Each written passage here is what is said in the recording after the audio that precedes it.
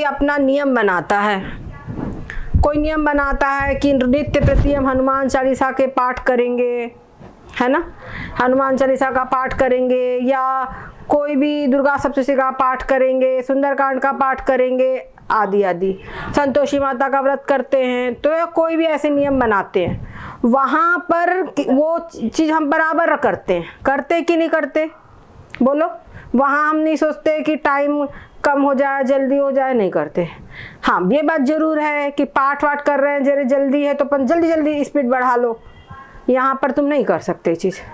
और ये होता है कि ध्यान में अगर तुम्हारे को कुछ ऐसा है, दिमाग में हो गया कि हमको यहाँ जाना है, वहाँ जाना है, अगर चित्त हो गया तो चित्त की वृत्ति तुम्हारी अपने आप बहिर्मुख हो जाएगी उसके कारण, क्योंकि दिमाग में चिंता लगी हुई है। तो ध्यान ऐसी चिंता वाली वृत्ति से ध्यान नहीं हो पाएगा, समझ गए ना। लेकिन इसीलिए अपने को चाहिए कि सवेरे सबसे अच्छा है कि जब तुम सोकर उठते हो, क्या समझे, जिस समय पर सोकर उठते हो बिल्कुल रिफ्रेश दिमाग। मान लो किसी को ऐसा लगता है कि उस समय हमको नींद आती है, तो तुरंत में एक बार का ओम अहम साक्षी, मैं जानने वाला चेतन आत्मा, इतना मन में जरूर बोले, और मुख से पहला शब्द यही निकाले, अहम साक्षी।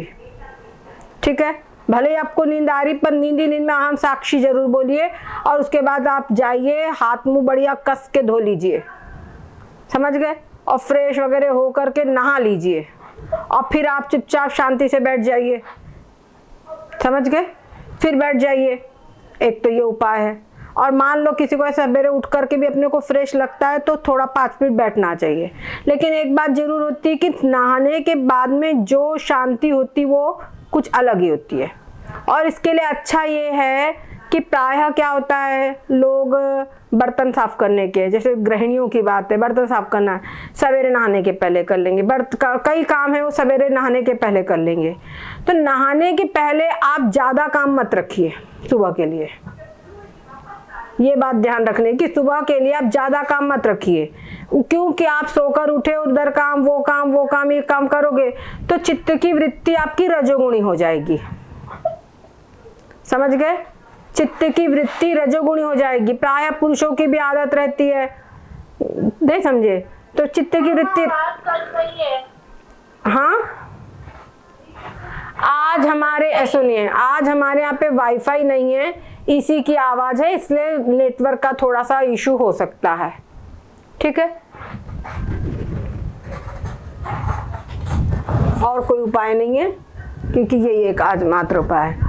तो ऐसी स्थिति के अंदर में अगर आप बाहर कोई भी रजोगुणी कार्य करते हैं, क्या समझे, कोई भी आप रजोगुणी कार्य करेंगे तो आपकी वृत्ति जब रजोगुणी हो जाएगी, फिर उसके बाद में आप बोलो कि हमारा मन लग जाए ध्यान में, तो मुश्किल पड़ेगा, विशेष करके प्रारंभिक जिज्ञासुओं के लिए, क्या समझे, विशेष करके प्रारंभिक जिज्ञासुओं के लिए तो बहुत ही कठिन पड़ेगा।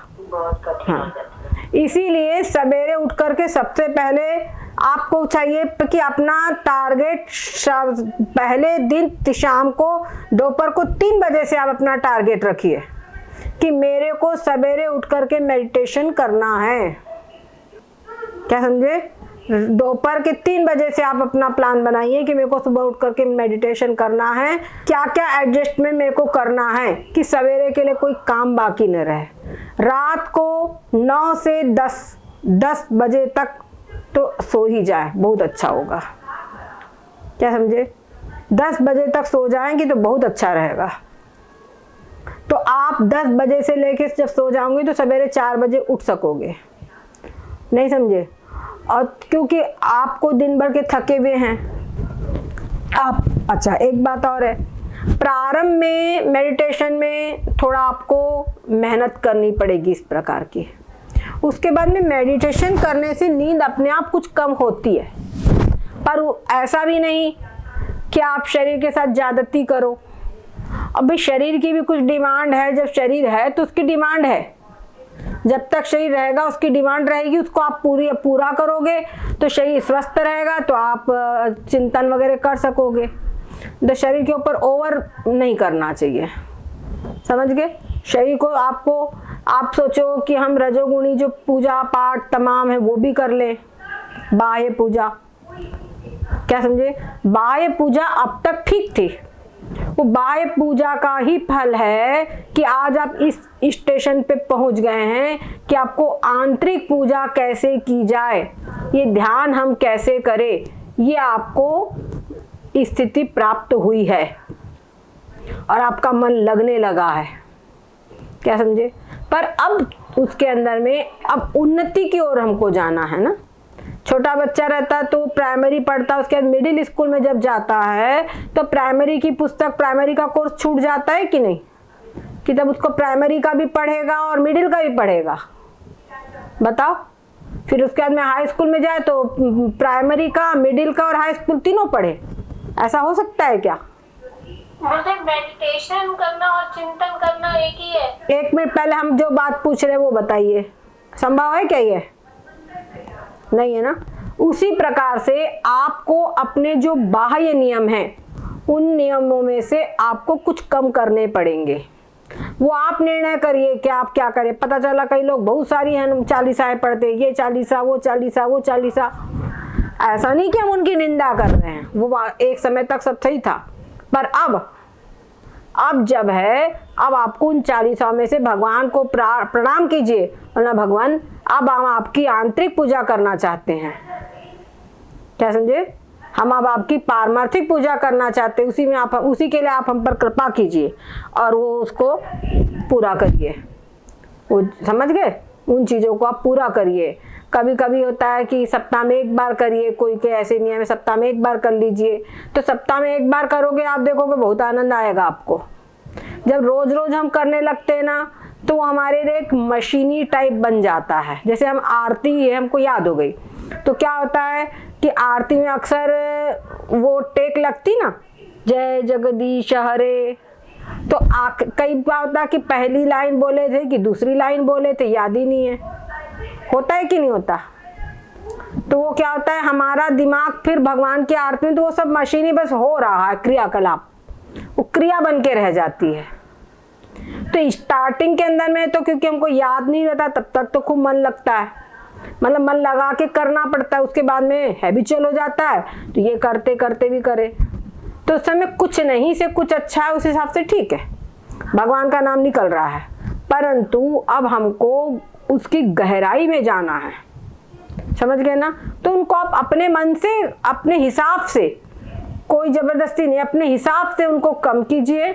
और इस चिंतन के लिए सबसे पहली बात यह है कि सवेरे आप नहा कर आइए और चुपचाप एक आसन, जैसे कमरा है आपका स्थान जहां पर आपको बैठना है, उसको आप रात में ही साफ करके रख लीजिए, समझ गए? रात में ही उसको साफ सुथरा करके रख लीजिए। सवेरे आए और आपको आसन बिछाए और बैठे, इतना ही काम बाकी रहे।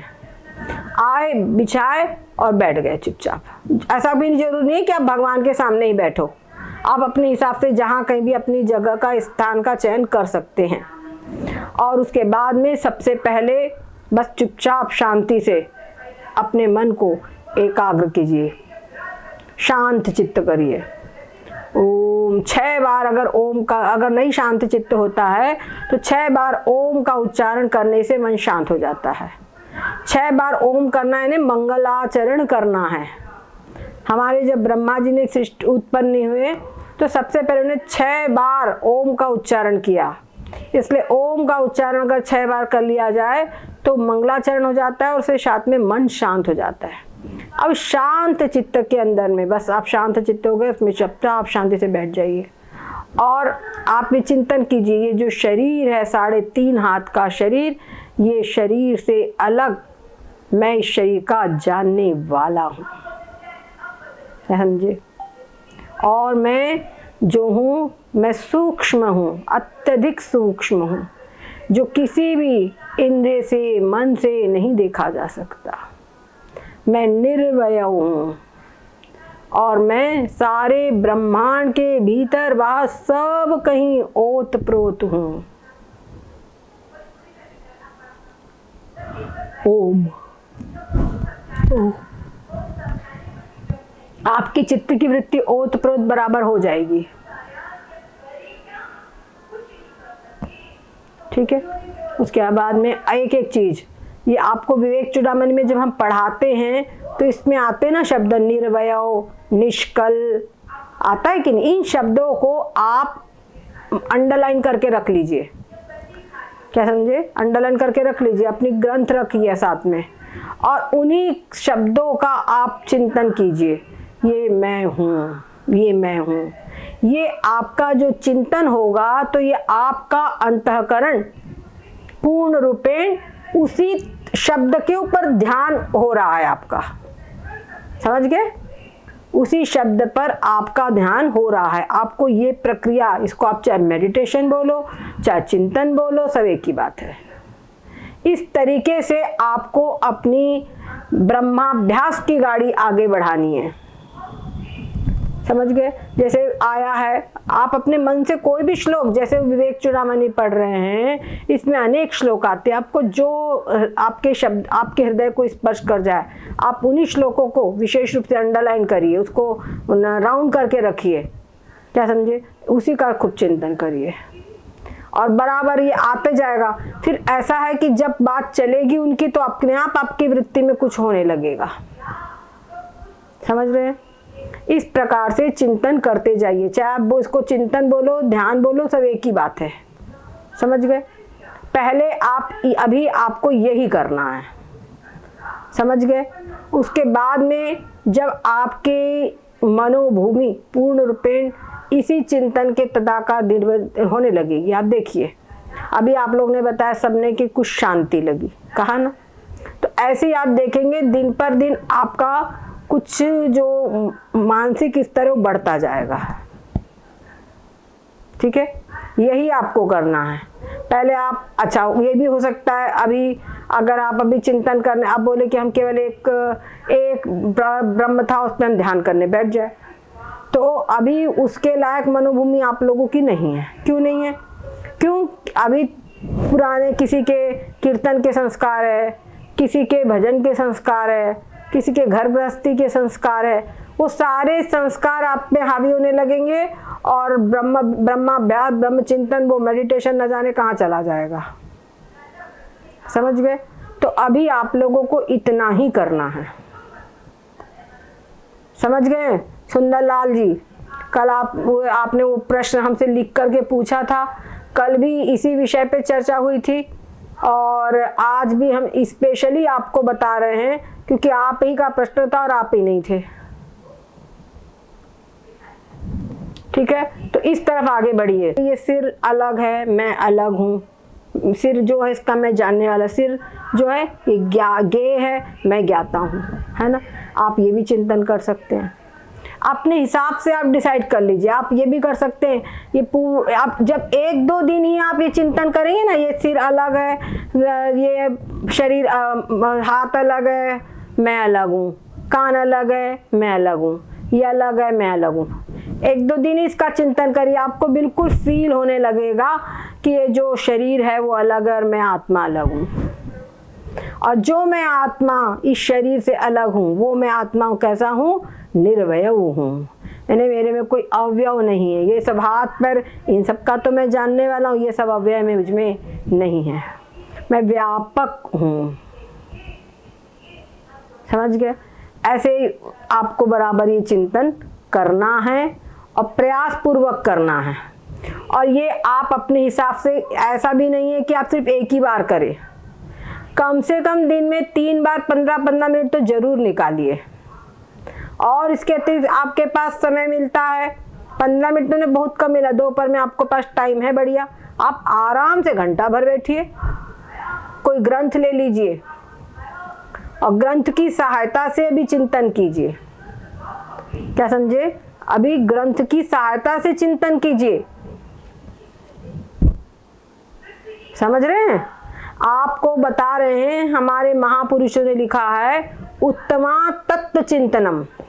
क्या कहते हैं? उत्तमा तत्व चिंतनम। तत्व चिंतन मतलब जो केवल एक पर ब्रह्म ही है, वो तत्व है, उनका चिंतन उत्तम है, सबसे उत्तम है। जैसे शुक संकारि का चलता था, और जब सिद्धावस्था हो जाती है तब वो साधक का वो तत्व चिंतन चलता है।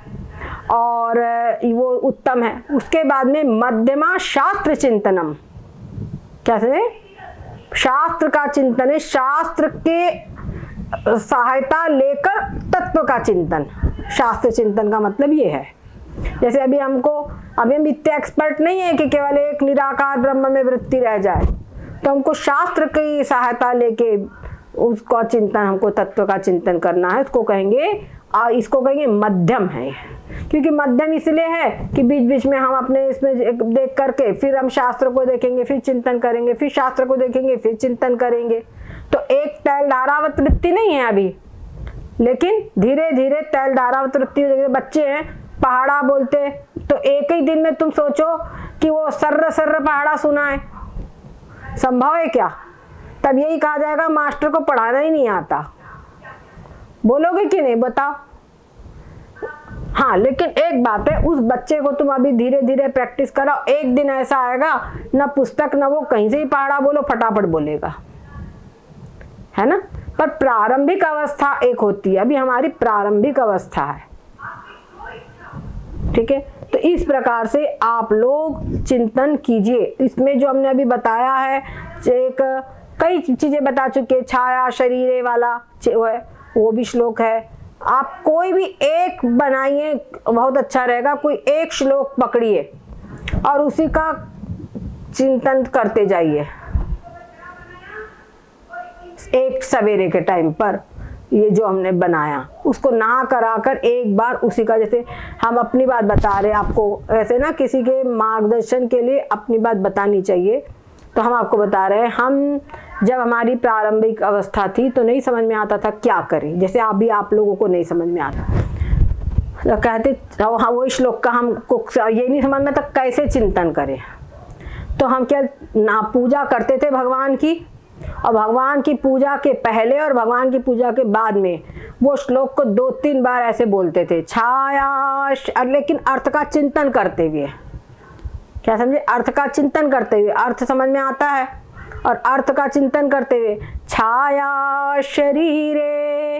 अब छाया शरीरे बोलने में छाया शरीर की जो है केवल छाया दिखाई पड़ रही है। छाया शरीरे प्रतिबिंब गात्रे, अब दर्पण में केवल प्रतिबिंब दिखाई पड़ रहा है। यत् स्वप्न देहे, अब स्वप्न का देह दिखाई पड़ रहा है। यत् स्वप्न देहे हृदय कल्पितांगे, हृदय के अंदर में कल्पित शरीर दिखाई पड़ रहा है। यथात्म बुद्धिस्तव नास्ति काचित्, जैसे तुम्हारी यानी तुम कौन? जो मैं हूँ आत्मा मेरी, इनमें यथात यानी तुम्हारी जैसे इसमें आत्म बुद्धि नहीं है। छाया के शरीर में मैं छाया का शरीर हूँ, ये जो छाया हमारी जो परछाई होती है, ये मैं छाया हूँ, ये होती है क्या बुद्धि? बोलो, नहीं है। और जो नहीं दिखती, दर्पण में प्रतिबिंब दिखता उसमें होती क्या? नहीं होती। सपने में जो शरीर दिखता उसमें होती नहीं होती। और ये कल्पित अंग है जो मनोराज्य में दिखता उसमें भी नहीं होती। तो जैसे ये 4 में नहीं है तव यानी तेरी, यथात्म बुद्धि तव नास्ति काचित् जीवत् शरीरे, यानी जीवी शरीर है, जीवत् शरीरे च तथैव मास्तु। जब इस प्रकार चिंतन करते हैं तो बराबर जैसे वो 4 शरीर अलग अलग हो गए, वैसे ये शरीर भी अपने से अलग प्रतीत होने लगता है। क्या समझे?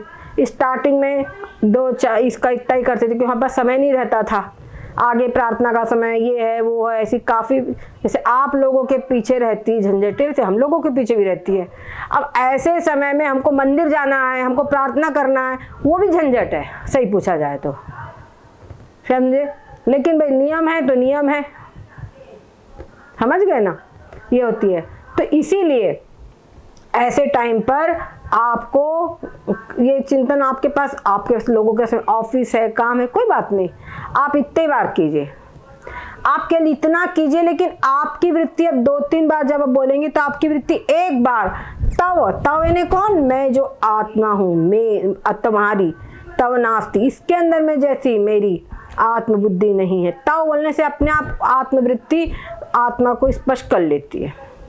बस एक क्षण के लिए अगर वृत्ति ने स्पर्श कर लिया, क्या समझे, तो बस इतने का जो प्रभाव होगा आप देखेंगे आपका दिन कुल अलग ही जाएगा।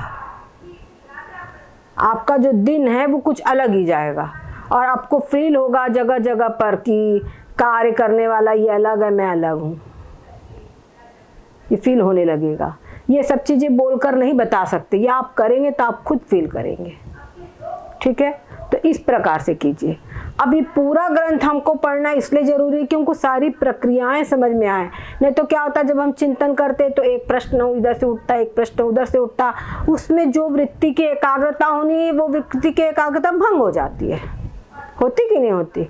तो हम चिंतन ही नहीं कर पाते। इसीलिए एक ग्रंथ पूरा कंप्लीट होना ही चाहिए।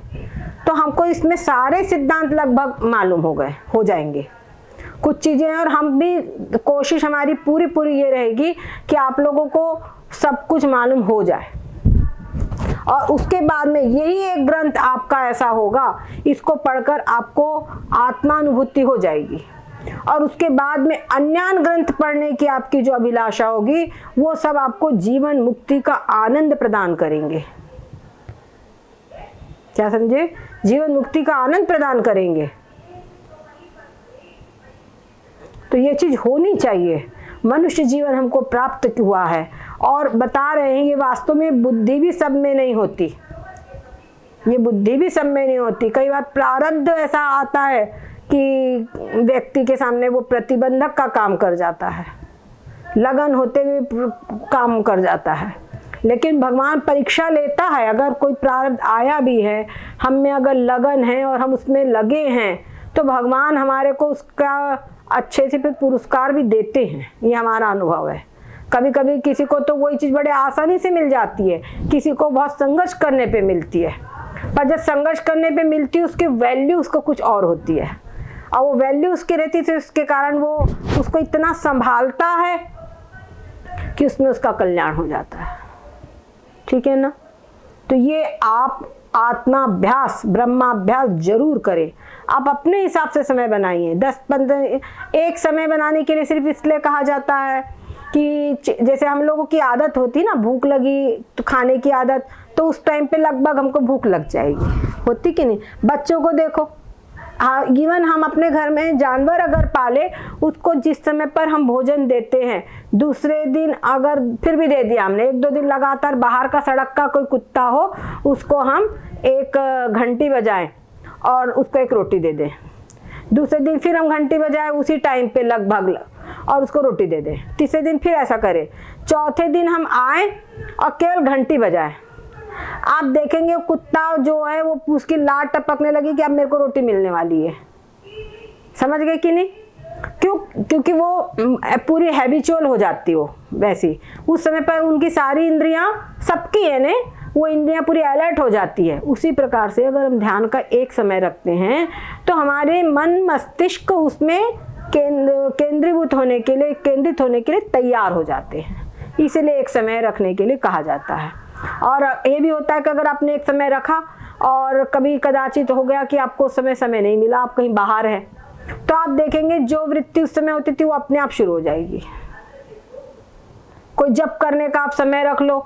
हमारा अनुभव, जप करने का शाम को 5 बजे का समय रखा और किसी दिन ये हुआ कि बाहर मार्केट गए हुए हैं, शाम को 5 बजे घर नहीं पहुंचे, तो मार्केट के अंदर में वो जप अपने आप शुरू हो जाएगा। या कोई इस प्रकार की वृत्ति है वो भी शुरू हो जाएगी। ठीक है?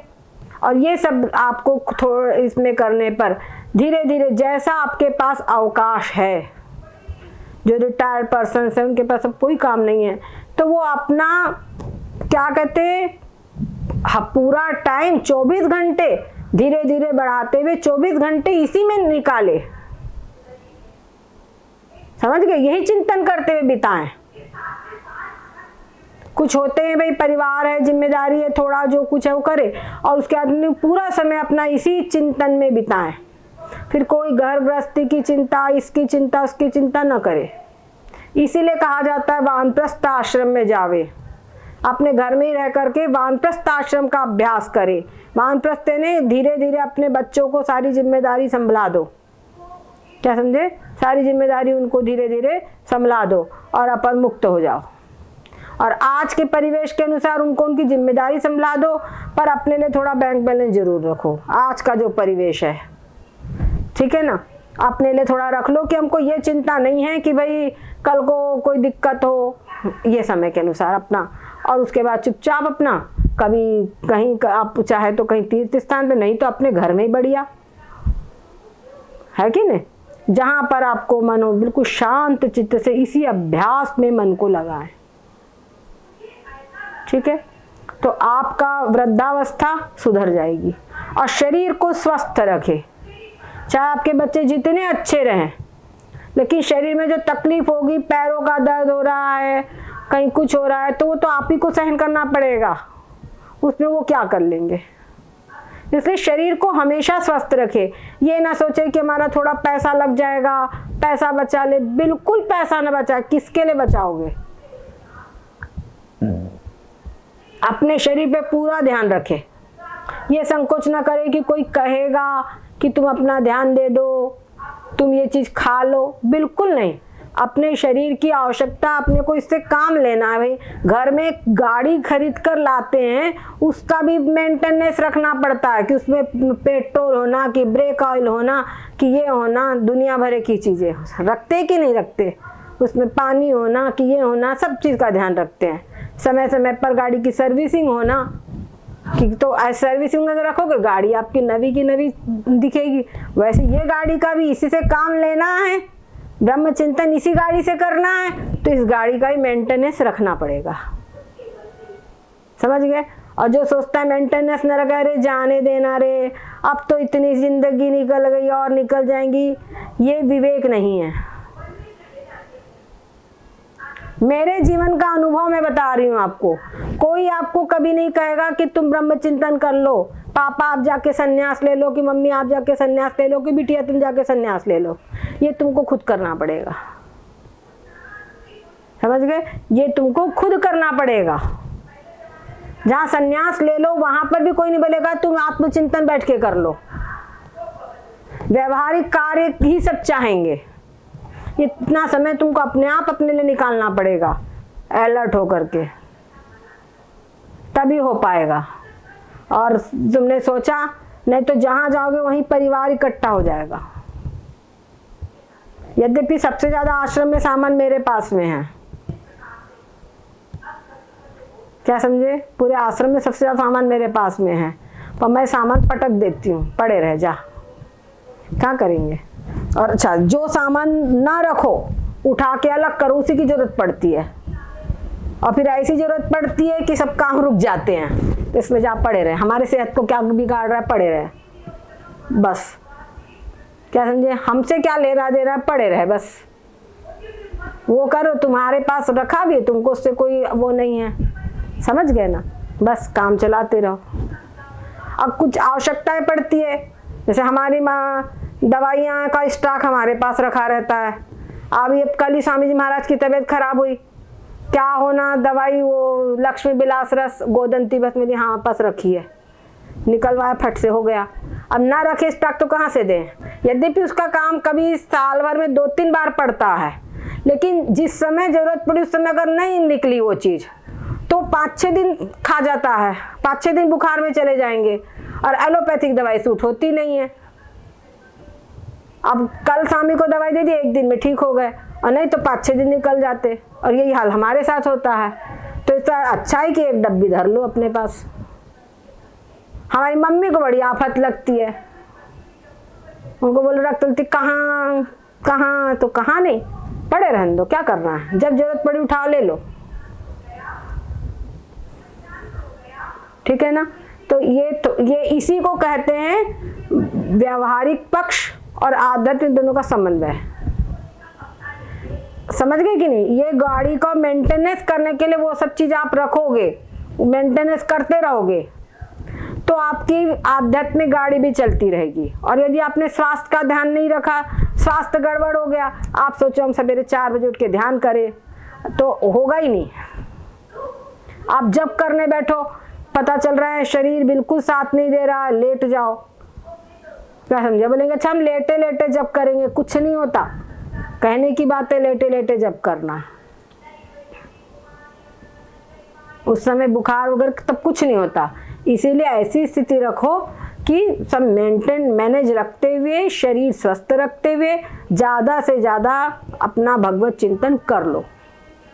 और जब ये सब हम चिंतन करते रहेंगे तब कोई विकट परिस्थिति आएगी, तब मन बुद्धि का, क्योंकि अभ्यास है तो उस समय अपने आप चलेगा, अभ्यास है तो उस समय मृत्यु के समय चलेगा। जैसे आपको अभ्यास है करने का, तो बुखार भी आया, भले ही शरीर काम नहीं कर रहा है, लेकिन धीरे धीरे अंदर में चिंतन चलता रहेगा। समझ गए? ऐसा नहीं कि अलर्ट होकर के आप 10,000 जप कर लो, या ऐसा नहीं होगा, लेकिन धीरे धीरे चिंतन चलता रहेगा। अब जब इस समय चिंतन चलता है तो आप अपेक्षा कर सकोगे कि मृत्यु के समय पर चलेगा, नहीं तो मृत्यु के समय तो भयंकर पीड़ा होती है। आप सोच लो कभी किसी अंग में भयंकर पीड़ा हो, नहीं समझे, कभी कोई शरीर के अंग में भयंकर पीड़ा हो, तो उस पीड़ा के अंदर में आपको, अगर आपने अभ्यास किया है तो आप लोग अनुभव करोगे कि कैसे होता है। दोनों चीज़, एक तरफ दर्द भी है और ये चित्त की वृत्ति भी है, मतलब ये आध्यात्मिक वृत्ति भी है। ये आप लोग अनुभव करोगे। ये चीज़ ऐसी है जो हम वाणी से बोल के नहीं समझा सकते, ये आप लोग ही फील करोगे। समझ गए ना? और जो बोल रहे हैं चिंतन, तो चिंतन 15-15 मिनट तो हमने इसलिए बताया कि गृहस्थाश्रम के गृह कार्य नाना जंजाला है। बाकी चिंतन तो उनको 24 घंटे चलाना है। समझ गए? चिंतन तो हमारा 24 घंटे चलना है। जैसे हम ये जी रहे हैं कि शरीर मैं हूँ, तो शरीर मैं हूँ तो आप खा भी रहे हो, चल भी रहे हो, बिजनेस भी कर रहे हो, घर के काम भी कर रहे हो, नौकरी भी कर रहे हो, सब कर रहे हो। तो क्या आप ये काम कर रहे हो, पर आपकी एक सहज वृत्ति बनी है कि मैं शरीर हूँ, है ना? अब बार बार आप चिंतन करते हो क्या मैं शरीर हूँ, मैं शरीर हूँ, नहीं करते, लेकिन फिर भी वो वृत्ति चलती है। उसी प्रकार से मैं ब्रह्म हूँ। अब खा रहे हो, पी रहे हो, ये सारा कार्य करते हुए भी मैं ब्रह्म हूँ, ये चलेगा। एक सहज इस प्रकार से जब हो जाए दृढ़, ये दृढ़ता करने के लिए आपको पूरा जीवन चढ़ा देना पड़ेगा। क्या समझे? पूरा जीवन चढ़ा देना पड़ेगा।